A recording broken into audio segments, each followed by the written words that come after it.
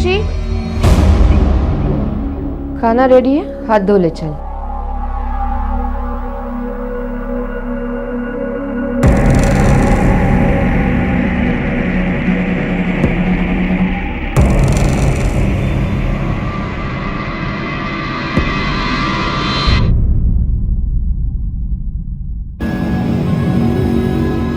ये देखो,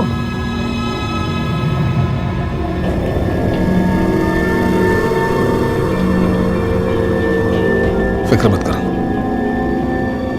सब ठीक हो जाएगा। क्या ठीक हो जाएगा? हाँ, बिना कुछ किए कुछ ठीक नहीं होगा। मैं जानती हूँ मुझे क्या करना है। नमस्कार, आदाब। क्राइम पेट्रोल डायल 100 में आप सबका स्वागत है।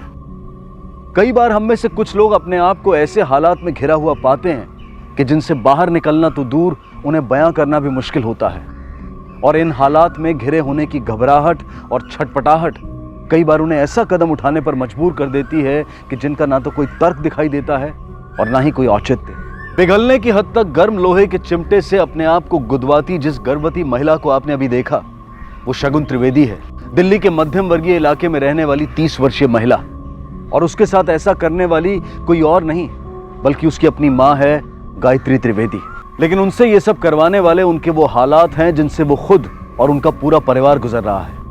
पर उनके इन हालात और उनकी इस अजीबोगरीब हरकत के मकसद और मतलब को सिर्फ सुनकर नहीं समझा जा सकता। उसे समझने और जानने के लिए हमें उनकी जिंदगी, उनके परिवार और उनके हालात को बहुत करीब से देखना होगा।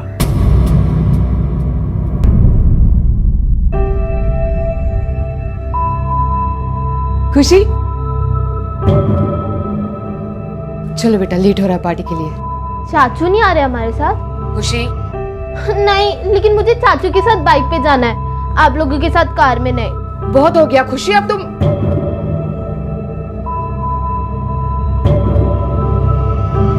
तुम्हें बाइक पे चलना है ना, मैं लेके चलता हूँ। चलो चलो। विनय, कहाँ गया था तू आज? हाँ, क्या हुआ? देख, मैं मम्मी पापा की तरह ना यहाँ बहस करने नहीं आई हूँ। जितना पूछी उसका सीधा सीधा जवाब चाहिए। तू ये सब बंद करेगा कि नहीं? नहीं करूंगा। तेरी जो मर्जी आती तू करती है, तो जो मेरी मर्जी आएगी वो मैं करूंगा। तू जानता है ना विनय, मैं जो भी कर रही हूँ सिर्फ अपने लिए नहीं कर रही हूँ, बल्कि पूरे घर वालों के लिए कर रही हूँ। हाँ, बहुत बड़ा दिल है ना तुम्हारा। क्या बोला तूने? तेरी हिम्मत कैसी हुई? देख लूंगा मैं तुझे। विनय, कहाँ जा रहा है? रुक विनय, मेरी बात सुन। विनय, विनय।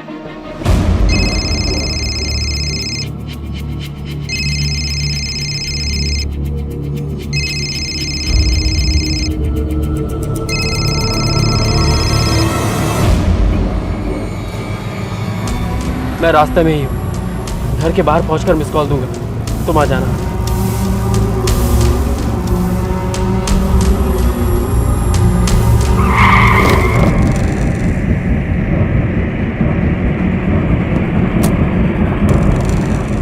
क्या दिखता नहीं क्या? बाहर निकल।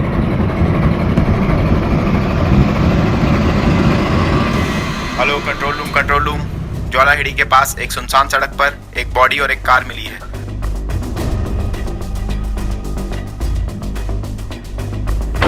सर, मैंने आपको फोन किया था सर, ये देखिए।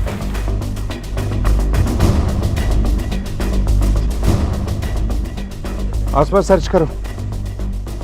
सर, लगता है ये मामला एक्सीडेंट का है। अगर एक्सीडेंट होता तो बॉडी गाड़ी के अंदर होती, लेकिन ये बाहर है। लेकिन ये बात बिल्कुल क्लियर है कि ये गाड़ी किसी न किसी गाड़ी से टकराई जरूर है। लेकिन इसको कुचला किसने? सर, हो सकता है कि इसकी किसी गाड़ी से टक्कर हुई हो, यही देखने वो बाहर आया हो और इसी दौरान किसी और गाड़ी ने इसे टक्कर मार दिया हो। नहीं, क्योंकि बॉडी और कार दोनों सड़क के एक तरफ हैं। अगर किसी दूसरी कार ने इसे उड़ाया होता तो इस गाड़ी से टकराई जरूर होती, लेकिन इस गाड़ी की पोजीशन एकदम नीट है। और सर, एक अजीब बात और है, बॉडी के पास से ना तो वॉलेट मिला है, ना ही मोबाइल फोन और ना ही कोई आईडी प्रूफ। हो सकता है कि ये मोबाइल और वॉलेट अपने साथ लाया ही ना हो। ये बात तो बिल्कुल श्योर है कि ये गाड़ी किसी न किसी गाड़ी से टकराई जरूर है। ये देखो स्क्रैच के मार्क जो बिल्कुल ताज़ा लग रहे हैं, और जिस गाड़ी से ये गाड़ी टकराई होगी वो जरूर व्हाइट कलर की होगी। शर्मा सर, पता करो कि ये गाड़ी किसके नाम पे रजिस्टर्ड है और इसके घर वालों को भी इन्फॉर्म करो। और हाँ, आगे के सिग्नल की सीसीटीवी फुटेज चेक करो। देखो कि कोई एक्सीडेंटल व्हाइट कलर की गाड़ी निकली है क्या, और बॉडी को पोस्टमार्टम के लिए भेजो।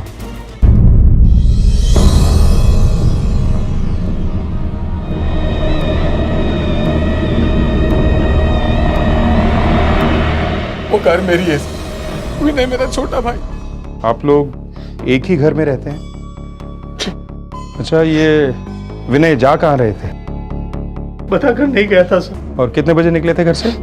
यही कोई 9:15 9:30 के बीच गया था। जब विनय घर से निकले तो आप लोग कहाँ थे? मैं अपनी बेटी खुशी और बीवी प्रीति को लेकर डिनर करने गया था बगल वाले रेस्टोरेंट में। तो मैं, मेरी वाइफ और मेरी बेटी शगुन, हम तीनों घर पे ही थे। तुम्हारी वजह से हुआ ये सबको। क्या जरूरत क्या थी विनय से उस बारे में बात करने की? लेकिन भैया मैंने तो सिर्फ उससे बात की थी। मुझे क्या पता था कि वो कभी लौट कर ही नहीं आएगा। भैया भैया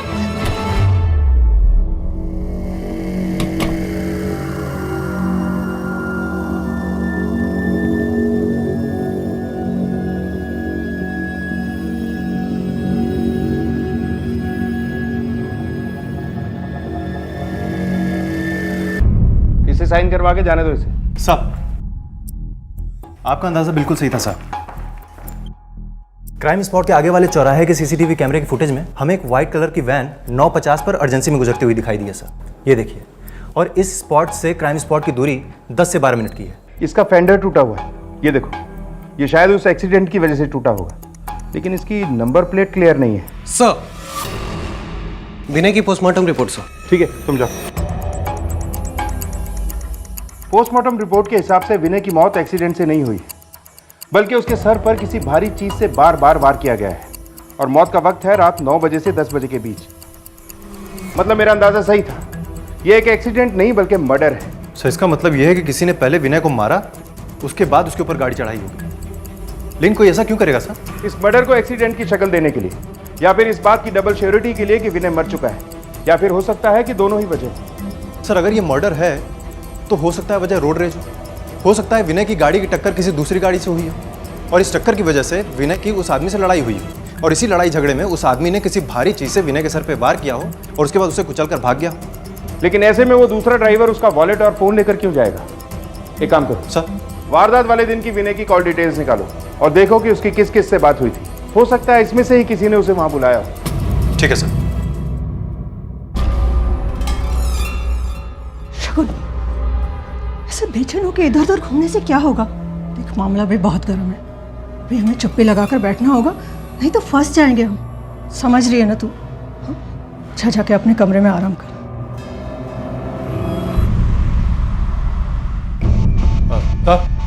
ये विनय के कॉल रिकॉर्ड्स।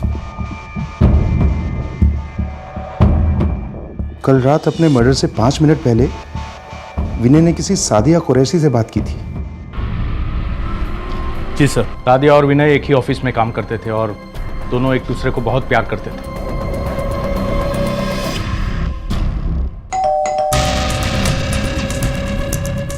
जी, हमें सादिया से बात करनी है। वो घर पे है? मुझे बताइए क्या बात है। मैं उसका बड़ा भाई हूँ। मैंने कहा हमें सिर्फ सादिया से बात करनी है। हमने सुना है तुम दोनों एक दूसरे से प्यार करते थे। शादी की थी सर हम दोनों ने, कब? कुछ महीने पहले। लेकिन विनय के परिवार में से हमें इस बारे में किसी ने कुछ नहीं बताया। हम दोनों जानते थे कि इस रिश्ते के लिए विनय की फैमिली कभी भी नहीं मानेगी, इसलिए हमने चुपके शादी की थी।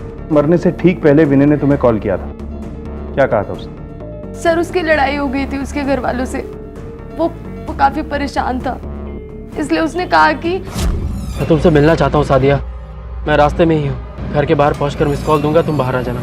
लेकिन वो आया नहीं सर। मैंने कई बार उसे फोन भी ट्राई किया, लेकिन उसका फोन स्विच ऑफ आ रहा था।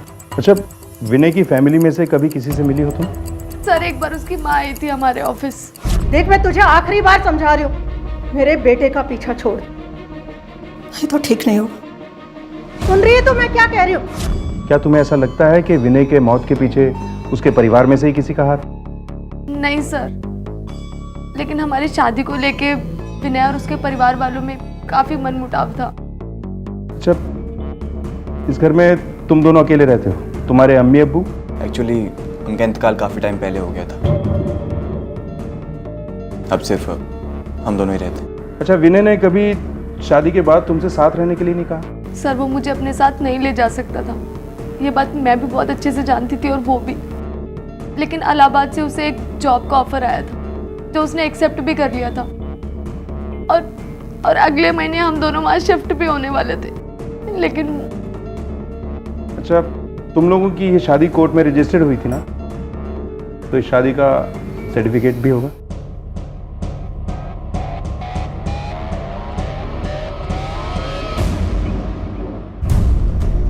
इस अफजल के फोन लोकेशन निकालकर कत्ल के वक्त और लोकेशन के साथ मैच करो।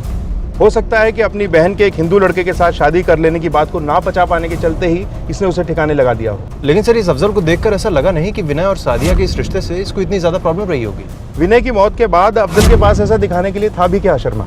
अगर अफजल इतना ही लिबरल होता तो सादिया ने पहले ही अपने और विनय के रिश्ते के बारे में इसे बता दिया होता और इनकी शादी के सर्टिफिकेट पे सबसे पहला विटनेस में नाम अफजल का होता, जो कि नहीं है। और हाँ, इसके अलावा जो विटनेस हैं शादी के, उन सबसे भी हमें बात करनी होगी। सादिया मेरी कॉलेज फ्रेंड थी, इसलिए मैं उसके शादी में विटनेस बन के गई थी। सादिया और विनय के रिश्ते के बारे में क्या कहेंगी आप? सर वो अपने रिश्ते से बहुत खुश था, मुझे कभी ऐसा नहीं लगा कि वो कोई प्रॉब्लम में है। और सादिया?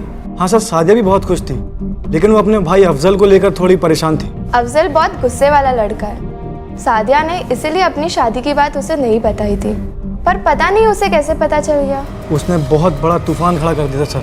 साजिया का अगर नाम भी लिया ना साले अपने मुंह से, तेरी मुंडी काट के चौराहे पर लटका दूं। तेरे घर वाले भी तेरी लाश नहीं पहचान पाएंगे, समझा कि नहीं?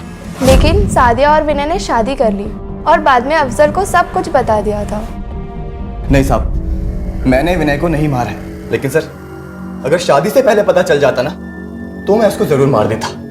और फिर शादी के बाद विनय को मार के साहब अपनी बहन को बेवा क्यों करता मैं? इसलिए चुपचाप अपने आप को समझा लिया कि नहीं, सादिया की इसमें खुशी है, इसलिए कुछ नहीं करना। सर कॉल रिकॉर्ड्स के मुताबिक तो मर्डर के वक्त अफजल लोकेशन के आसपास भी नहीं था। हो सकता है अफजल ने ये काम किसी और से करवाया। इसकी पूरी कॉल हिस्ट्री निकालो और देखो कि क्या ये किसी प्रोफेशनल किलर के टच में था। ठीक है सर। हेलो, क्या? विनय के पिता अशोक त्रिवेदी ने विनय का लाइफ इंश्योरेंस क्लेम किया है, क्योंकि एक मर्डर केस है और इसका इन्वेस्टिगेशन अभी चल रहा है, तो मुझे लगा कि आप लोगों को बताना जरूरी होगा। कितने का क्लेम है ये? 40 लाख का, और इसके नॉमिनी भी उनके माता पिता ही हैं। इन्फॉर्मेशन के लिए शुक्रिया, लेकिन अभी इस क्लेम को होल्ड पे ही रखिएगा। Thank you. क्या बोल रहे हो सर आप? विनय उस सादिया से शादी, और वो हम लोगों को छोड़कर इलाहाबाद जाने वाला था? आप लोग तो ऐसे रिएक्ट कर रहे हैं जैसे आप लोगों को उम्मीद ही नहीं थी कि ऐसा कुछ हो सकता है। अगर ऐसा ही था तो आपकी पत्नी विनय और सादिया के ऑफिस में जाके हंगामा क्यों कर रही थी?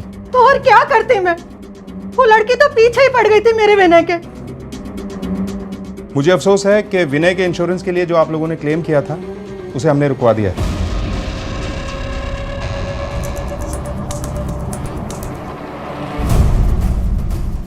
इस अशोक से मुझे सही वाइब्स नहीं आ रही हैं शर्मा। इसके बेटे की मौत को अभी 7 दिन भी नहीं हुए और ये इंश्योरेंस क्लेम करने निकल पड़ा। पता करो इसके बारे में। 40 लाख रुपए की रकम थोड़ी नहीं होती। ठीक है सर। रिश्वत लेते हुए रंगे हाथ पकड़ा था विजिलेंट वालों ने। आज भी हर दूसरे दिन कोई ना कोई दरवाजे पे आके खड़ा हो जाता है अपने पैसे मांगने के लिए। आप यहाँ पर क्यों आ गए? यहाँ पे नहीं आएगा तो कहाँ जाएगा? इतने महीनों से आपने पैसा लिया टेंडर के लिए, ना पैसा लौटा रहे हैं, ना फोन उठा रहे हैं। ठीक है, मैंने पैसे लिए, मैं मानता हूँ, लेकिन मैं अभी मुसीबत में हूँ। 2 महीने का वक्त दे दीजिए, मैं आपके पाई लौटा दूंगा। अशोक और विनय का तो कभी सुना नहीं, लेकिन जब से शगुन डाइवोर्स के चक्कर में मायके चली आई, तब से विनय और शगुन के बीच झगड़े होने लगे। हाँ, नहीं चाहिए मुझे तेरे जैसा भाई, समझा ना? भगवान करे तू अभी जाए और कभी लौटकर वापस ही ना आए, समझा? और सिर्फ खबर आए तेरी। तेरे से पापियों की अगर भगवान सुनने लगा ना तो फिर चल चुकी दुनिया। मैं लौटूंगा भी और इस घर में वापस भी आऊंगा। किराया देता हूँ, किराया, फोकट में नहीं रहता हूँ। मेरे पति का घर छोड़ के यहाँ बैठी है। ये रेंट से क्या मतलब था विनय का? मकान तो अशोक त्रिवेदी का ही है ना? सर घर तो अशोक जी का ही है, लेकिन वो अपने दोनों बेटों से अपने ही घर में रहने का किराया लेते थे। सर, अफजल के कॉल रिकॉर्ड से पता चला है कि उसका किसी भी हिस्ट्री शीटर से कोई कनेक्शन नहीं है। ये देखिए सर।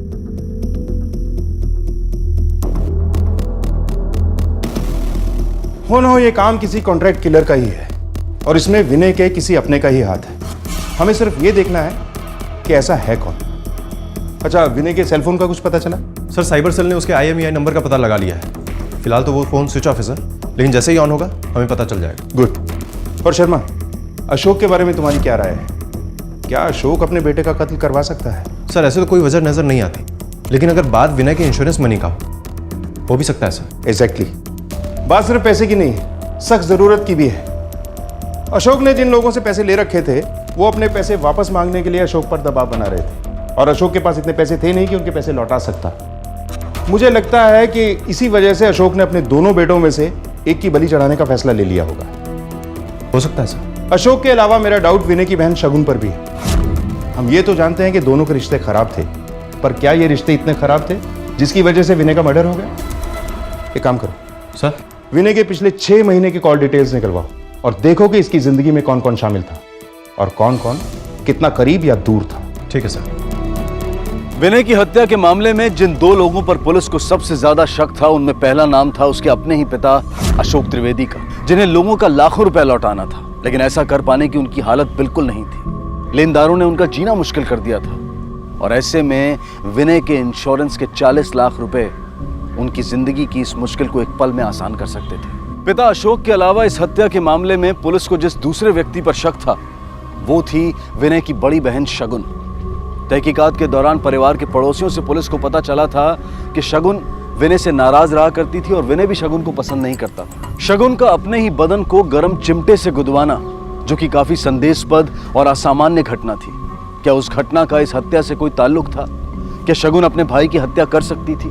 तो क्या यह संभव था कि इन दोनों ने ही मिलकर इस हत्या को अंजाम दिया हो, या फिर गुनहगार कोई और ही था?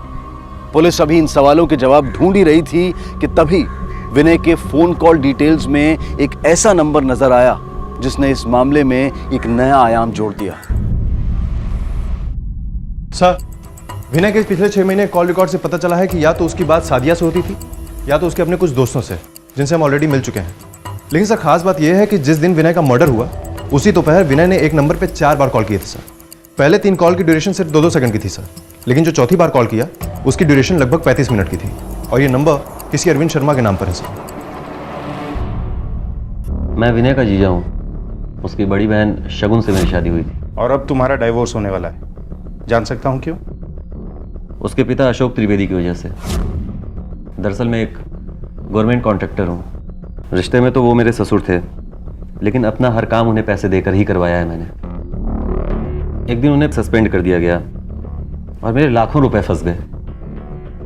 पैसों के चक्कर में पहले बहस हुई और फिर गाली गलौज। इसी कारण से हमारे बीच रिश्ते बहुत बिगड़ गए। एक दिन घर छोड़ के वो मैके चली गई और वहां जाके उसने घरेलू हिंसा, दहेज मांगने का झूठा केस फाइल कर दिया मेरे खिलाफ। जिस दिन विनय का कत्ल हुआ उस दिन विनय ने आपको कई कॉल किए थे, बताएंगे क्यों? सर वो मेरी मदद करना चाहता था। कैसी मदद? जीजू मैं जानता हूँ दीदी ने आपके खिलाफ जो केस किया वो झूठा है, और माँ और पापा भी इसमें उनके साथ मिले हुए हैं। लेकिन मैं इन लोगों को आपकी लाइफ बर्बाद नहीं करने दूंगा। जीजू मैं आपकी मदद करूंगा। क्या करेगा अकेले तू? मैं इन लोगों के खिलाफ कोर्ट में गवाही दूंगा। इन सब के खिलाफ सबूत है मेरे पास।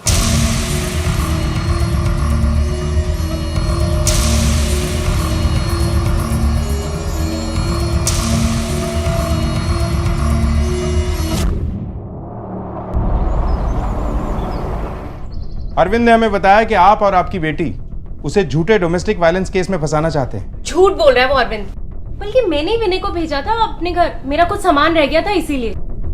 और प्लीज सर, मेरी लाइफ में इतना भी बेकार टाइम नहीं है कि उस जैसे इंसान को परेशान करने के लिए उसके ऊपर कोई झूठा वूठा केस कर दूं। इतना तो हम भी समझते हैं मिस शगुन कि अपने पति को फंसाने के चक्कर में आप अदालत के चक्करों में नहीं पड़ेंगी, लेकिन अपने पति से मोटी एलिमनी ऐंठने के चक्कर में ऐसा कर ही सकती हैं। क्यों? वैसे भी आपको पैसों की बहुत जरूरत है। क्यों मिस्टर अशोक, सुना है आप सस्पेंड हो गए थे, रिश्वत लेते हुए पकड़े गए? जी, लिया करता था मैं रिश्वत, ताकि मेरे बच्चे अच्छी स्कूल में पढ़ाई कर सके, अच्छी जिंदगी जी सके। और उन्हीं बच्चों से अपने ही घर में रहने के लिए आप किराया वसूलते थे। क्यों? क्योंकि इन्हें इनकी जिम्मेदारी का एहसास हो सके। और इसी रेंट के चक्कर में तुम्हारी विनय से लड़ाई हुआ करती थी ना? हाँ सर, मैं मानती हूँ कि मेरी और विनय की नहीं जमती थी, लेकिन उसकी वजह मैं नहीं थी, बल्कि वो सादिया थी। और विनय और सादिया को पहली बार मैंने ही देखा था, और जैसे ही मुझे उन दोनों के बारे में पता चला मैंने सीधे आके मम्मी पापा को बता दिया। बस उसी दिन से विनय को ऐसा लगने लगा कि मैं उसकी सबसे बड़ी दुश्मन हूँ। और सर, मेरे अकेले का झगड़ा नहीं होता था विनय के साथ, बल्कि वो प्रीति भी आए दिन विनय के साथ झगड़ती रहती थी। प्रीति कौन? तुम्हारे दूसरे भाई नितिन की बीवी? उसे क्या परेशानी थी विनय से? पता नहीं क्यों, लेकिन उसे खुशी का विनय के साथ वक्त बिताना अच्छा नहीं लगता था। कहाँ है तुम्हारा ये भाई नितिन और उसकी बीवी प्रीति? वो दोनों तो ऑफिस गए हैं सर। शगुन के पति अरविंद ने जो हमको कहा, अगर वो सही है तो शगुन के पास बहुत स्ट्रांग मोटिव है विनय के कत्ल का। शगुन अपने पति से मोटी एलिमनी ऐड कर अपनी लाइफ सेट करने का प्लान बना रही थी, लेकिन विनय बीच में आ गया। विनय ने शगुन को धमकी दी कि वो शगुन के खिलाफ अदालत में गवाही देकर अरविंद का साथ देगा, और उसे ऐसा करने से रोकने के लिए ही शगुन ने विनय को मरवा दिया। हाँ सर, और इस शगुन ने विनय और प्रीति के झगड़े को लेकर भी कुछ कहा था। मुझे नहीं पता इस बात में कितनी सच्चाई है। हो सकता है ये सही हो, या ये भी हो सकता है कि प्रीति का नाम लेकर वो हमारा ध्यान भटकाना चाहती हो। अभी पता चल जाएगा। हमने सुना है कि विनय के साथ आपके झगड़े हुआ करते थे। जान सकता हूँ क्यों? किसने बताया आपको ये? ठीक है, सवाल मत पूछिए। मैंने जो पूछा है उसका जवाब दीजिए। झगड़े हुआ करते थे या नहीं, और अगर होते थे तो क्यों? जी, वो विनय के साथ खुशी का काफी टाइम वेस्ट हुआ करता था, बस इसी वजह से थोड़ी कहासुनी हो गई थी, बाकी कुछ नहीं। इस टाइम वेस्ट का कोई एग्जांपल दे सकती हैं? जी, वो विनय खुशी को पहले स्कूल छोड़ा करता था अपनी बाइक पर।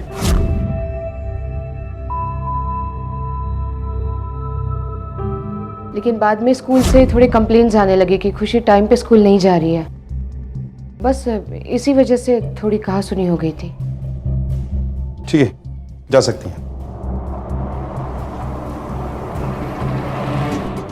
शर्मा, ये प्रीति झूठ बोल रही है। जितनी छोटी बात ये बता रही है उतनी छोटी लग नहीं रही। जरूर कुछ और भी है जो हमसे छुपाया जा रहा है। इस प्रीति की पूरी डिटेल्स निकलवाओ। ठीक है सर, मैं करता हूँ कुछ। मैं तुम्हें थोड़ी देर में फोन करता हूँ। किससे बात कर रहे थे? वो मेरे ऑफिस से फोन था। अच्छा, पैसों का इंतजाम हुआ? कर रहा हूँ ना, हो जाएगा। देखो, अगर पैसों का इंतजाम नहीं हुआ और अपना काम रुक गया ना, तो मैं ज्यादा दिन यहाँ पे नहीं रहने वाली।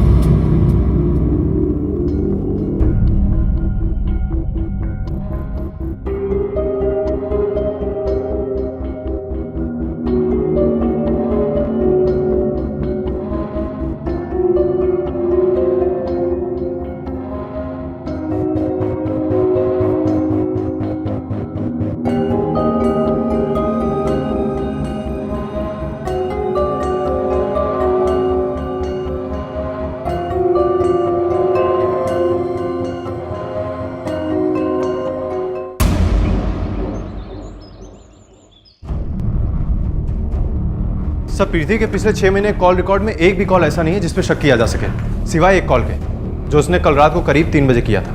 रात को 3 बजे? इतने और टाइम पे किसे कॉल किया था उसने? सादिया को सर।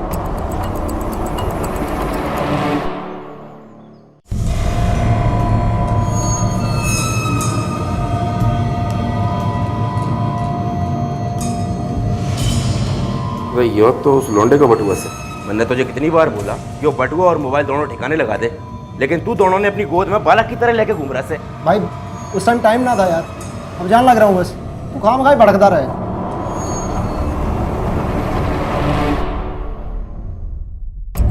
जी सर, मैंने सादिया को फोन किया था क्योंकि मुझे शक था कि उसका मेरे पति के साथ कुछ चक्कर चल रहा है। क्या? सादिया बात कर रही है ना तू? मैं प्रीति, नितिन की वाइफ। मैं सब जानती हूँ। विनय के मरने से पहले से तुम दोनों बात कर रहे हो। अफेयर चल रहा है ना तुम दोनों का? क्या बकवास कर रही हैं आप? और इस बारे में जो भी पूछना है ना, जाके अपने पति से पूछिए। इतनी रात को किससे बात कर रही है तू? हेलो, हाँ क्या चाहिए मुझसे? बात कर। नितिन सादिया से पैसे क्यों ले रहा था? जी सर, मैंने नितिन से पूछा कि उन्होंने सादिया से पैसे क्यों लिए थे, मगर कुछ बताया नहीं। पागल हो गए हो? हाँ, उससे पैसे लेने की क्या जरूरत थी? अरे प्रीति, तुम्हें भी पता है हमें पैसों की कितनी जरूरत थी। और अफजल, आज तुम्हारी वजह से इन पैसों के चक्कर में उसने मुझसे कितने गंदे से बात की है। मैं बात करता हूँ ना अफजल से, फोन पे बात करता हूँ, मिलके बात करता हूँ, और जरूरत पड़ेगी ना तो किसी और से पैसे ले लूंगा और ये सादिया का कर्जा चुका दूंगा। विनय से शादी करके मैंने अपनी जिंदगी की सबसे बड़ी गलती की थी। और इस बात का एहसास मुझे हो गया था। सर वो बिल्कुल भी वैसा नहीं था जैसा मैं सोच रही थी। और उसकी फैमिली वो तो एकदम अजीब ही थी, किसी की किसी से नहीं बनती थी। और दूसरी तरफ विनय, वो हमारी कंपनी में सिर्फ एक इंटर्न था सर, और वो इसी पोजीशन पे खुश भी था। लाइफ को लेकर उसकी कोई सीरियस प्लानिंग नहीं थी। मेरी जिम्मेदारी उठाना तो दूर की बात, वो मुझसे ही पैसे लेके अपना खर्चा चलाया करता था। सर मुझे पता चल गया था कि उसके साथ मेरा कोई फ्यूचर नहीं है, इसलिए मैंने फैसला किया कि मैं उसके साथ नहीं रहूंगी। विनय, तुम्हारा जिंदगी जीने का तरीका अलग है और मेरा अलग। मैं ऐसे नहीं जी सकती हूँ। मुझे एक सिक्योर लाइफ चाहिए, और जो तुम मुझे कभी नहीं दे सकते। किसने बोला मैं तुम्हें सिक्योर लाइफ नहीं दे सकता? अरे मेरे इलाहाबाद वाली जॉब की बात चल रही है। पिछले 2 महीने से सुन रही हूँ इसके बारे में। अब तक तो कुछ नहीं हुआ और होगा भी नहीं, इसलिए बेटर होगा कि हम लोग अलग हो जाएं। जो बात हो ही नहीं सकती वो बात बार बार बोल के क्या फायदा? तुम मुझे छोड़ के नहीं जा सकती। मैं तुम्हें छोड़ के मेरा नहीं हाथ जाने दर्द करे, छोड़ो। सर विनय की फैमिली में एक नितिन भैया ही थे जिनकी वो बहुत तारीफ करता था, तो मैंने उनसे मिलकर बात करने का फैसला किया। नितिन भैया, अब मैं समझ चुकी हूँ कि मैं और विनय एक साथ खुश नहीं रह सकती, इसलिए मैं अलग होना चाहती हूँ। लेकिन विनय की समझने को तैयार ही नहीं।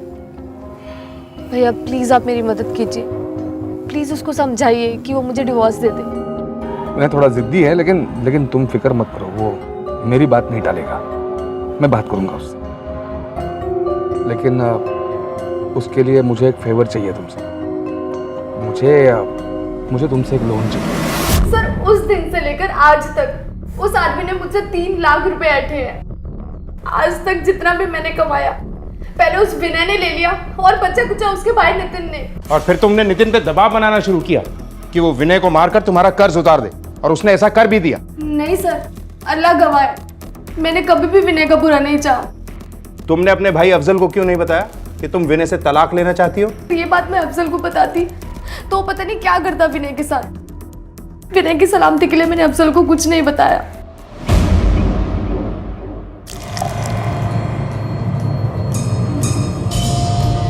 अरे वो मोबाइल और बटुआ फेंक दिए तूने?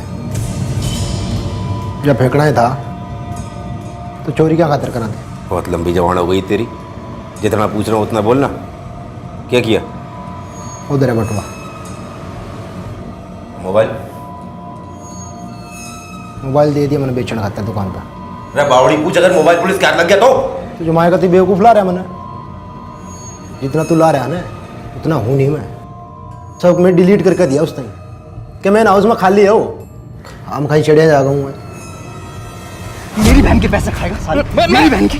पहले तेरे भाई ने मेरी बहन की जिंदगी बर्बाद करी, अब तू उसके पैसे खाएगा?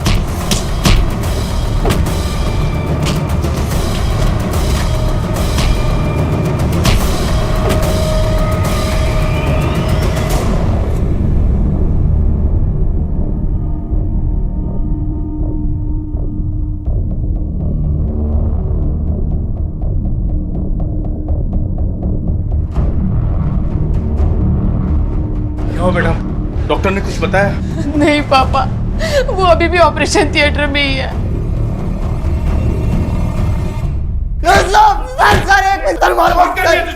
इसीलिए तूने नितिन पे अटैक किया? मेरी बात सुनो साहब एक बार। मेरी बहन के मेहनत के पैसे खाने की कोशिश कर रहा था साहब, और जब वापिस मांगे तो बोला नहीं देगा, इसलिए मेरा खून खोल गया था साहब, इसलिए मारा मैंने उसको। नहीं देता मैं पैसे, क्या कर लेगा तू? क्या कर लूंगा तुझे बताता हूँ। बाप भी पैसे देगा। मुझे नहीं पता किसने उसको पे गाड़ी चढ़ाई, जब मुझे नहीं मालूम। झूठ मत बोल अफजल, वरना बुरा फंसेगा। खुदाए पाक की कसम, खुदाए कुरान की कसम, मैंने नहीं मारा। हाँ साहब, नितिन का मुंह तोड़ के उसको सबक जरूर सिखाना था, वो मैंने किया साहब। मैंने किसी का कत्ल नहीं किया साहब, अब जैसे मर्जी चाहे वैसे पता कर लो। नहीं किया तो नहीं किया साहब। शर्मा सर, नितिन को होश आया क्या? फिलहाल तो नहीं sir. Excuse me sir. Hello, sub inspector Shekhar here. Sir Vinay के फोन का IMEI नंबर ट्रेस हो गया।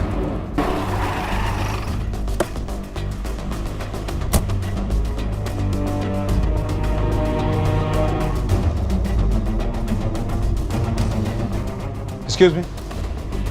Yes sir. वो फोन कहाँ है? सर यही है वो फोन। कौन लेके आया था? 30 साल का कोई बंदा था, मोबाइल बेचने आया था। सिम कार्ड कहाँ है इसका? सर सिम कार्ड तो नहीं था, पूरा मोबाइल फॉर्मेट मारा हुआ था। जो आदमी इसे लेकर आया था उसकी शक्ल याद है? स्केच बनवा सकते हो? जी सर। अरेंज करो सर।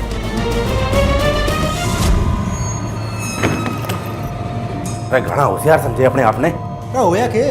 घुस गई तेरी होशियारी भैंस की पूछ में। तेरे बाप खड़े मोबाइल की दुकान पे। मतलब पुलिस वाले? हाँ पुलिस, जल्दी सामान बांध और निकल यहाँ से।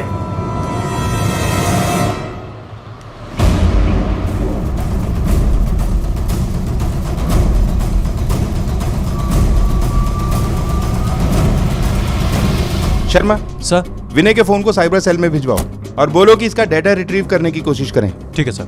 लेकिन सर पहले विनय और अब ये नितिन, इन दोनों को एक ही तरीके से टारगेट किया गया है सर। क्या लगता है कहीं अफजल हमसे कुछ झूठ तो नहीं बोल रहा? शर्मा, अफजल तो हमारे शक के दायरे में है ही, लेकिन मेरा एक्सपीरियंस कहता है कि जब इस तरह से सिबलिंग्स को अटैक किया जाता है तो अधिकतर मामलों में वजह पैसा या प्रॉपर्टी होती है।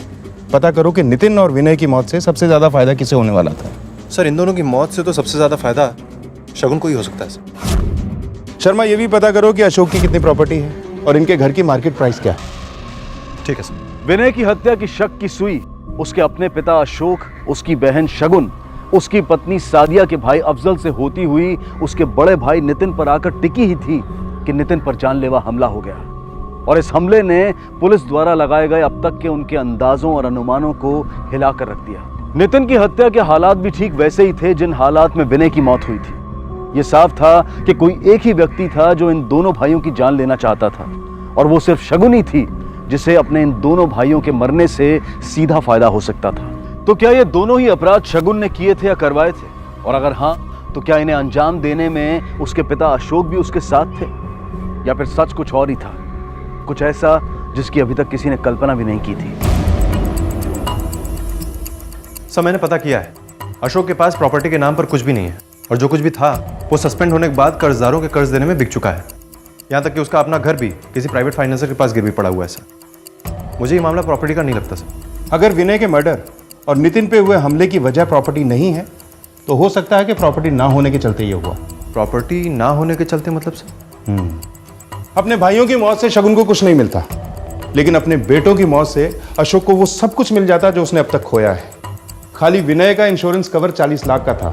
अगर नितिन का भी इतना ही होता है तो अशोक की सारी प्रॉब्लम सॉल्व हो जाती हैं। सर, साइबर सेल ने विनय के मोबाइल से डेटा रिकवर कर लिया। सारे डेटा इस पेन ड्राइव में। देखो,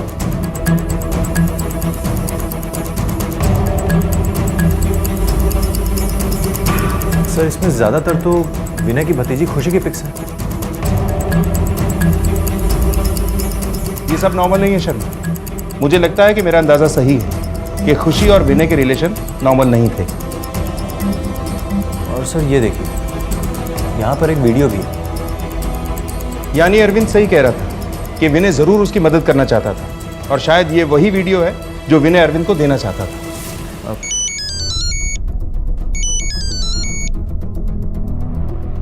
हेलो, ओके ओके ठीक है, thank you. Sir, mobile shop owner ने उस बंदे का स्केच बनवाया था जिसने विनय का मोबाइल बेचने के लिए दिया था।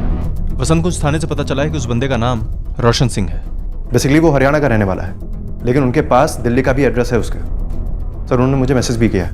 गुड, तुम इस रोशन सिंह को देखो, मैं शगुन और उसकी माँ को मिलता हूँ। Come on.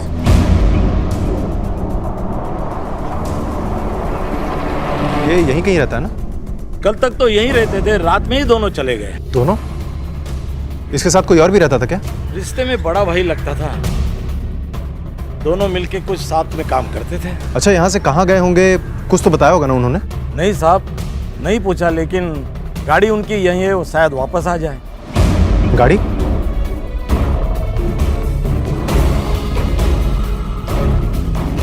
ये गाड़ी तो वही है। एक काम करो जी, इसका नंबर नोट डाउन करो। Okay sir. और आरटीओ पता करो कि ये किसके नाम पे रजिस्टर्ड है। जी ठीक है।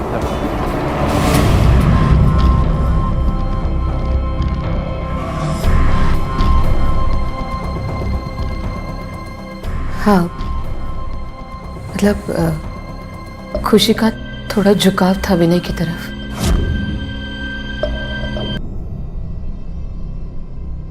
सर ये सिर्फ क्रश था, विनय बस उसे अच्छा लगता था, बाकी कुछ नहीं। इसीलिए आप विनय से नाराज थे? क्या विनय ने कभी खुशी का कोई फायदा उठाया? नहीं सर, कभी नहीं। मतलब विनय को तो पता भी नहीं था कि खुशी के दिमाग में क्या चल रहा है, लेकिन मैं उसकी माँ हूँ, मैंने पहचान लिया था। इसीलिए दोनों को मैं दूर रख रही थी ताकि कुछ गलत ना हो जाए। इसी डर से आपने विनय को मरवा दिया? नहीं सर, ऐसा कुछ नहीं किया मैंने। ओके, तो जिस गाड़ी के नंबर प्लेट के बारे में आपने आरटीओ से पता लगाने के लिए कहा था, वो नंबर प्लेट नकली है सर। मुझे भी कुछ ऐसा ही लग रहा था। एक काम करो, जिस गाड़ी की चेसिस नंबर से पता लगाओ कि ये गाड़ी किसकी। Okay sir.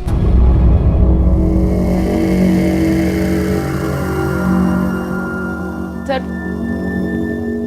मुझसे बहुत बड़ी गलती हो गई सर। मैंने ये सब सिर्फ अरविंद से बदला लेने के लिए किया। किस बात का बदला? सर अरविंद ने मुझसे शादी इसीलिए की क्योंकि मेरे पापा बड़ी पोस्ट पे काम करते थे और जैसे पापा सस्पेंड हो गए सर, उसका तो अचानक से रवैया ही बदल गया। सर आप जानते हैं, मेरे पापा ने मेरी शादी करवाने के लिए हमारा घर तक गिरवी रख दिया था। सर उस अरविंद ने मुझे धमकियां देना शुरू कर दिया था, कहता था मैं तुम्हें छोड़ दूंगा हमेशा हमेशा के लिए।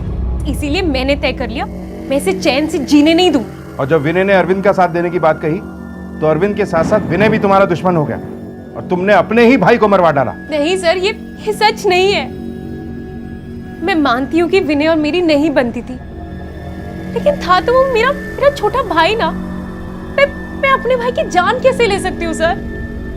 मेरा यकीन कीजिए सर, मैंने विनय की जान नहीं ली सर, मैंने उसे नहीं मारा। हेलो, क्या? ठीक, नितिन को होश आ गया। अफजल और उसके साथियों ने तुम पे अटैक किया। उसके बाद उसने सफेद वैन से टक्कर मार मार कर तुम्हारी जान लेने की कोशिश की। बता मतलब कहना क्या चाहते हो तुम? एक वैन ने टक्कर मारकर तुम्हारी जान लेने की कोशिश की और तुमने उसे देखा ही नहीं? पीछे से टक्कर मारी थी ना सर, गिर गया और बेहोश हो गया, देख नहीं पाया। सर मुझे लगता है कि ये नितिन झूठ बोल रहा है, क्योंकि चलती गाड़ी के अंदर ना देख पाना ये तो पॉसिबल है, लेकिन इतनी बड़ी गाड़ी को ना देख पाना ये कैसे पॉसिबल हो सकता है सर? समझ में नहीं आ रहा है कि ये नितिन अगर झूठ बोल रहा है तो क्यों? कोई ऐसे आदमियों को क्यों बचाना चाहेगा जिनके हाथों इसकी जान जाते जाते बची? खैर, इस कार के मालिक का कुछ पता चला? हाँ सर, वो गाड़ी करीब 9 महीने पहले कानपुर से चोरी हुई थी। मैंने वहाँ की पुलिस से भी कंफर्म कर लिया है सर। और कोई लीड?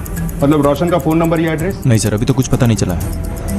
ये रोशन हरियाणवी बोलता था, लेकिन गाड़ी इसने कानपुर से चोरी की। इस बात के स्ट्रॉन्ग चांसेस हैं कि कानपुर से इसका कोई ना कोई कनेक्शन जरूर है।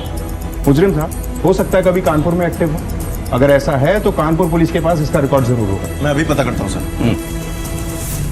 I'm sorry, मेरी वजह से तुम्हारे साथ ये सब कुछ।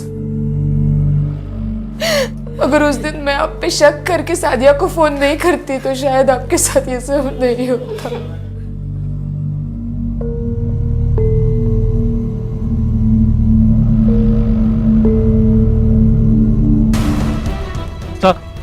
करीब 2 साल पहले रोशन अपने कजिन के साथ हरियाणा से कानपुर शिफ्ट हो गया था। कानपुर पुलिस से हमें उसका एड्रेस मिल गया सर।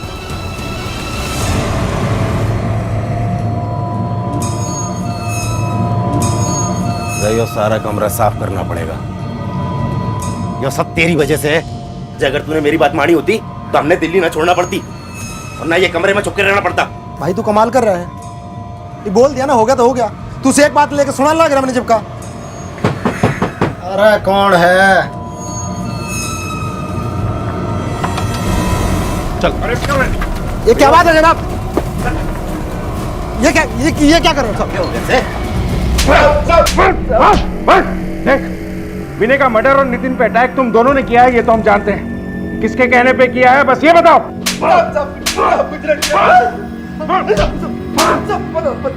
बताओ साहब, हमारे पास उसी गाड़ी का नंबर था साहब।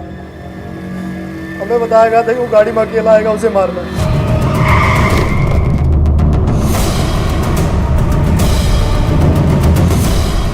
क्या? किसने कहा था नितिन को मारने के लिए? वो कुणाल ने। कौन कुणाल? चल क्या हुआ साहब? साहब मैंने कुछ नहीं किया साहब। बताता हूँ थाने में क्या किया तूने। साहब कुछ नहीं किया मैंने साहब। चल इसको।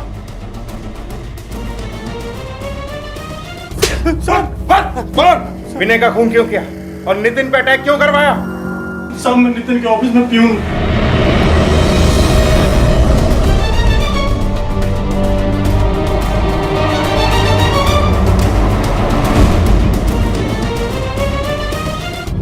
मेरे पूरे परिवार को पैसों की बहुत जरूरत थी, कोई रास्ता नहीं दिख रहा था।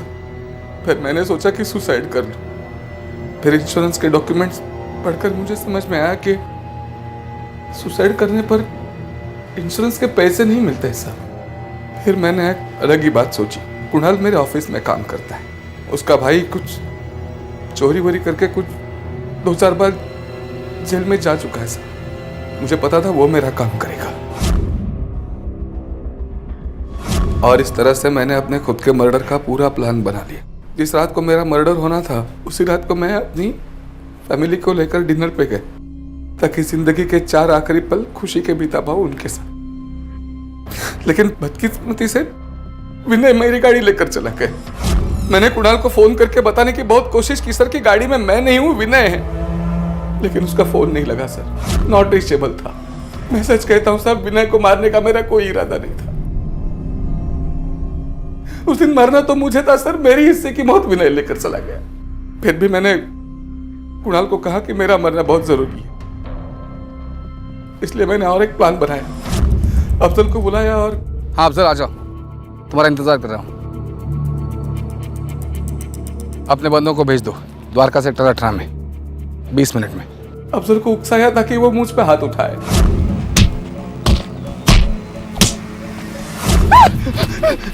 मत मारो सर, ये अफजल मुझे मार देगा सर, ये मार देगा मुझे। द्वारका सेक्टर 18 में जल्दी आ जाइए। मैं चाहता था कि मेरे मर्डर के केस में अफजल फंस जाए।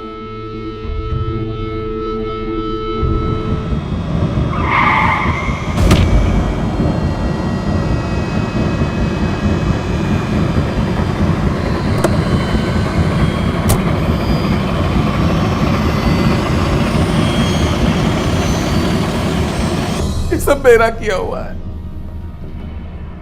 क्योंकि और कोई चारा नहीं था मेरे पास। मेरी पत्नी प्रीति मुझे अक्सर कहा करती थी, धमकियां देती थी कि अगर मैं मेरे परिवार को छोड़कर कहीं अलग नहीं रहने गया उनको लेकर, तो वो मुझे छोड़कर चली जाएगी सर। मुझे पैसों की बहुत जरूरत थी। मर जाऊंगा तो घर वालों को तो इंश्योरेंस के पैसे तो मिल जाएंगे सर। इसमें कोई दो राय नहीं है कि त्रिवेदी परिवार और उसका हर सदस्य एक मुश्किल दौर से गुजर रहा था, लेकिन इस मुश्किल दौर से गुजरने के लिए नितिन द्वारा बनाई गई अपने ही कत्ल की योजना का ना तो कोई तर्क दिखाई देता है और ना ही कोई औचित्य। इंसान इस तरह के गलत फैसले सिर्फ तभी लेता है जब उस इंसान का अपने हालात को देखने का नजरिया गलत होता है, या फिर उनसे बाहर निकलने की उसकी नीयत में खोट होता है। और इस परिवार का ना तो नजरिया सही था और ना ही नीयत। विनय ने सादिया से शादी तो की, लेकिन उसे अपनी जिम्मेदारियों का ख्याल तक नहीं था। शगुन अपने परिवार के प्रति अपनी जिम्मेदारियों को समझती थी, लेकिन उसकी नीयत में खोट थी। वरना वो अपने पति अरविंद को फंसाने की साजिश रचने की बजाय उससे बातचीत करके समस्या का हल निकालने की कोशिश करती। नितिन भी अपने पैसे की कमी को अपनी समझ और अपनी मेहनत से पूरा कर सकता था, जो कि सही भी होता, लेकिन इनमें से हर किसी ने वही किया जो उन्हें नहीं करना चाहिए था, और नतीजा उनकी कहानी का अंत इतना दुखद रहा। इस कहानी में हम सब के लिए सबक है कि हम अपनी नीयत और नजरिए दोनों की दिशा और दशा का ख्याल रखें।